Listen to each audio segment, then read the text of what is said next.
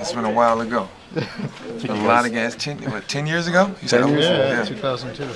Are you amazed at Paul's, the way he's been able to maintain at that level of a decade? Not at all.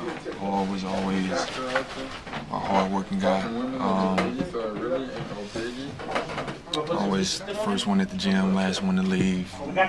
Practice would be from 10 to 12, and I call Paul at 6 p.m. to see what he's doing. If he wants to grab some dinner, he's back at the practice facility getting shots and watching tape or something. So he always lived and breathed and ate the game. So he was definitely a gym rat and was very, very serious about his game. So it doesn't surprise me at all. There's a lot of people in Philadelphia who have always had a lot of angst over the fact that the Sixers had a chance to take him and took Larry Hughes instead, and then it went by. Do you ever? You know what? I mean, you hear those stories all the time, so you never really. You're damn if you do, you're damn if you don't. I mean, who knows who's going to be the gem, or whatever. So. Right. Larry Hughes was a very talented kid coming out of college, so was Paul, but if we could see into the future, I guess we'd all be rich. Does it seem hard to believe it's been 10 years since you guys, or the Celtics and Sixers last met in the playoffs? Yeah, I think they labeled us with the return to glory team.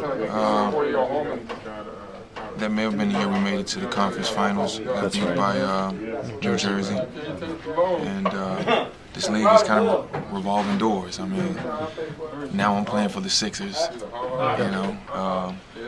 and that team, that Jersey team that beat us, was put together by Rod Thorn, who's now the Sixers boss over here. So, I don't know. I guess I'm blessed just to be around, to still be hanging around. You and Pierce, I think, the only two guys from still playing. Was Joe Johnson may have been traded away that year? Was he traded away that year? Yes, he was, man. Yeah, 20 years Joe's still on. Joe Johnson. Traded Joe and kept Kedrick Brown. I think that's kind of how that scenario went. Joe was traded for Rodney Rogers and Tony Delp, I think. So we were trying to tighten up for the playoff run. We used Rodney as more of a stretch forward to put a little pressure on. Was Mutombo on that team? The 0-2 team? Yes, he was. Yeah, so. Right, yeah, Iverson, Mutombo, Aaron.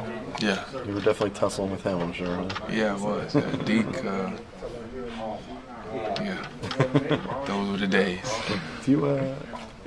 Did you ever get a sense, I don't know how prevalent it was then, I mean, it had been a long time since the Sixers and Celtics had played in the playoffs then, but I mean, was that Philly-Boston thing, were there still pangs of that around when you were in Boston? I mean, I guess the history spoke for itself, and, some of the older guys who remember those games, because me, myself, I don't remember. I remember seeing a highlight of Doc and Bird going at it or whatever, and the little scuffle that they got into, but I'll be lying if I sit here and tell you that I was really into the game. I was probably some snotty-nosed kid in Texas when that was going on, so I don't really, I don't think we didn't have any knowledge of that, We just knew there was two prestigious organizations, and they had a little bit of history, especially here with all the banners hanging in the rafters, so we were just out playing, man, having fun.